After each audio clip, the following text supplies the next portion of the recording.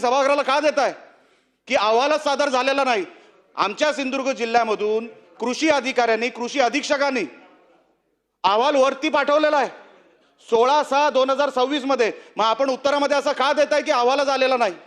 आता पंचनाम्याची तुम्ही पंचनामा केलाय कधी? 27/3/2026 साहेब 3.5 महिने लागतात पंचनाम्यासाठी। सिंधुदुर्ग जिल्हा आहे केवढा? 3 साडेतीन महिने। हे पण आता का अहवाल पाठवला? आता अधिवेशन सुरू होतंय म्हणून। अधिवेशनाच्या तोंडावर तुम्ही अहवाल सादर करता आणि मंत्री महोदयांना माहिती सुद्धा नाही की अहवाल सादर झालेला आहे। अच्छा, एनडीआरएफचा आपण नॉर्म सांगितला मंत्री महोदय, एनडीआरएफ मध्ये आपण पर हेक्टरी किती देणार आहेत एकदा जाहीर करा। कोकण कुठल्या निकषामध्ये येतं एकदा जाहीर करा। एनडीआरएफच्या नॉर्म मध्ये पर हेक्टरी आपण किती देणार आहोत? अच्छा, मागणी कितीची आहे?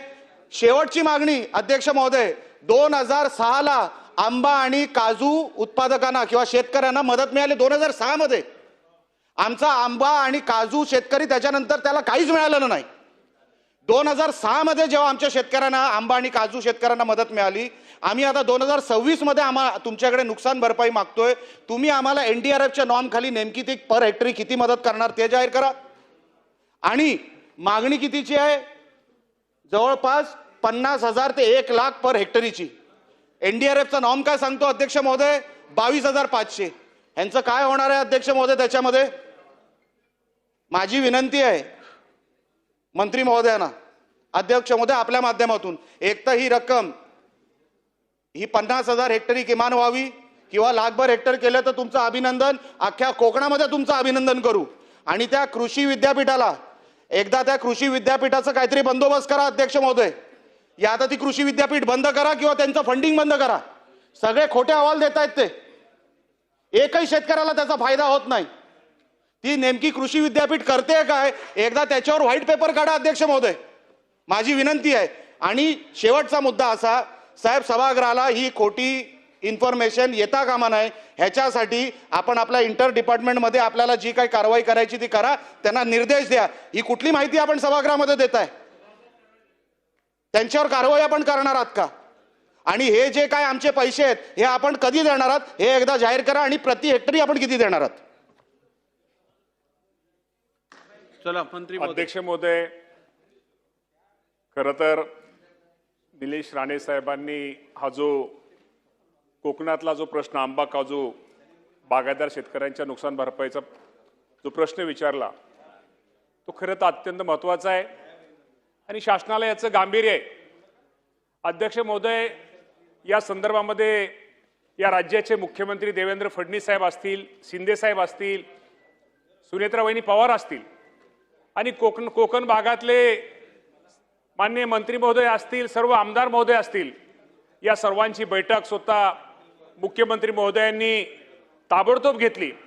आणि राणे साहेब म्हटले त्याप्रमाणे गोष्ट खरे की या बाबतीमध्ये निश्चित प्रकारे ह्या सर्वांना जे शेतकरी आहेत त्या शेतकऱ्यांना कुठेतरी चांगल्या प्रकारची नुकसान भरपाई मिळावी ही त्यांची मागणी होती। आणि त्याप्रमाणे या राज्याचे मुख्यमंत्री देवेंद्र फडणवीस साहेबांनी ताबडतोब तिथे निर्देश दिले होते की या बाबतीमध्ये लवकरात लवकर या शेतकऱ्यांना बागायतदारांना मदत मिळाली पाहिजे।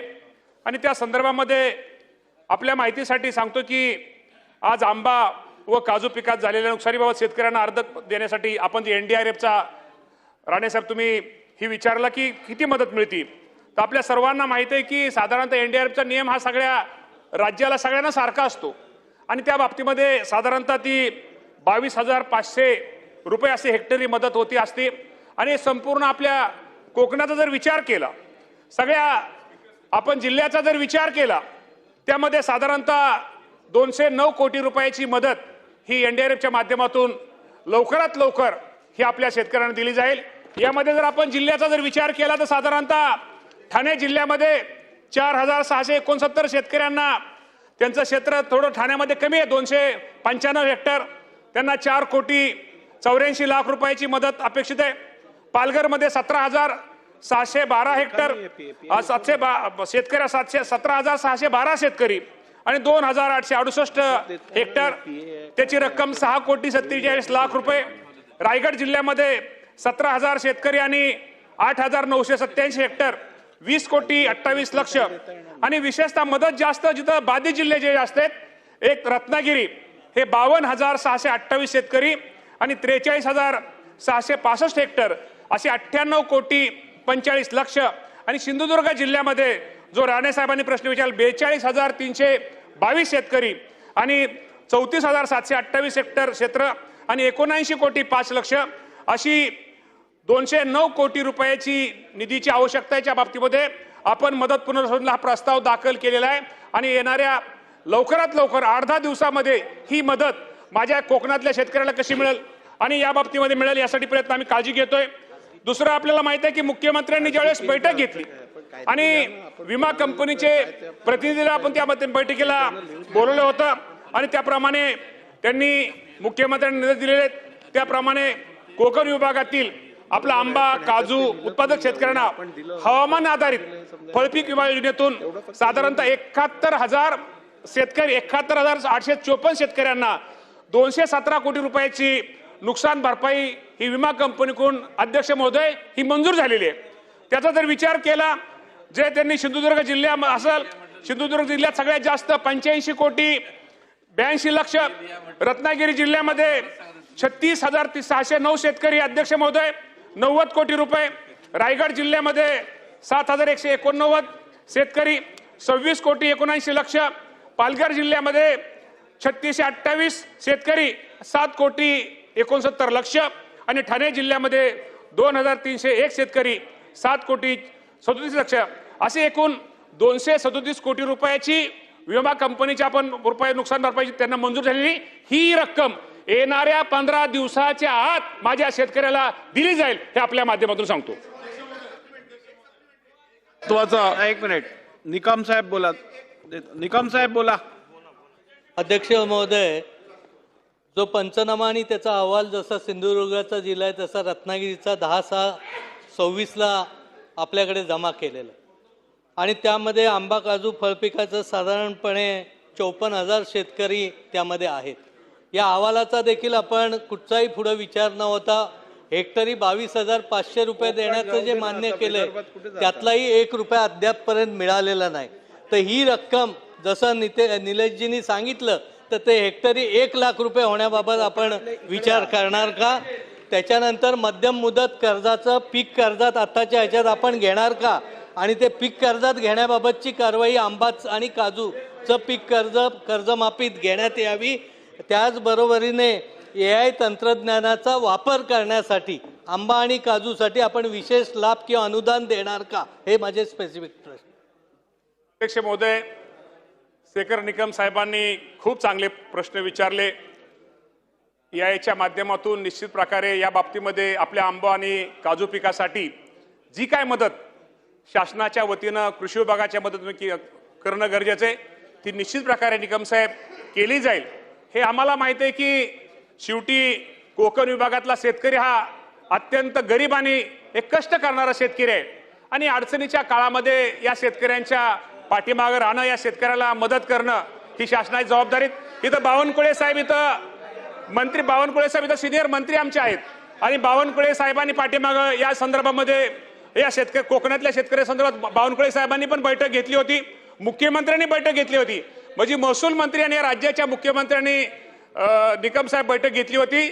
शासन या आपल्या बाबतीमध्ये सकारात्मक आहे. शेवटी NDRFचा नियम हा सगळ्याला सारखाच आहे, पण पीक विमा कंपनीच्या आपल्याला माहित आहे की ह्या बाबतीमध्ये आपल्याला आपला आंबा काजू उत्पादक शेतकऱ्यांना हवामान आधारित जी पीक विमा योजना आहे यामध्ये साधारणतः 217 कोटी आणि तुम्ही ज्या रत्नागिरी जिल्ह्याचा तुम्ही विचारला त्यामध्ये रत्नागिरी जिल्ह्यामध्ये नुसत्या विमा कंपनीकडून आपल्याला 90 कोटी रुपयाची नुकसान भरपाई ही मंजूर केलेली आहे. आणि मी तुम्हाला सभागृह अध्यक्ष महोदय या सभागृहाला सांगतो ह्या दोन्ही रकमा ही जी NDRFची रक्कम आहे शेवटी मदत पुनर्वसनासाठी आपण तो प्रस्ताव पाठवलेला आहे. तो लवकरात लवकर या अधिवेशनापूर्वीच ती रक्कम कशी मिळेल त्या ताबडतोब आपण GR काढू.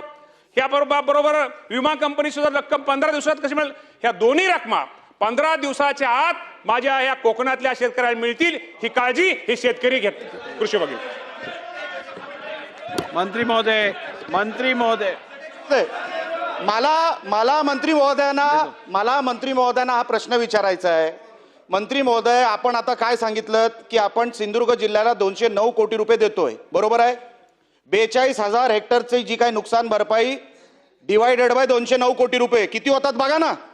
एनडीआरएफ मध्ये पण बसणार नाही ते. एनडीआरएफ कुठला रेट देताय आपण आम्हाला बघा. तुम्ही एनडीआरएफचा 22,500 रेट आहे, तुम्ही 42,000 हेक्टर म्हणताय, डिवायडेड बाय 209 कोटी काढा किती होतात बघा.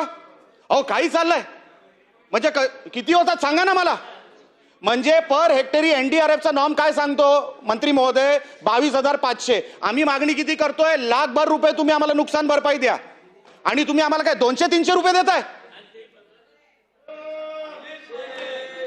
काय साहेब कसला हिशोब आहे अध्यक्ष महोदय, कसला हिशोब नाही, आहे. एक मिनिट. काही आम्ही ऐकून घ्यायचं अध्यक्ष बसा महोदय. बसा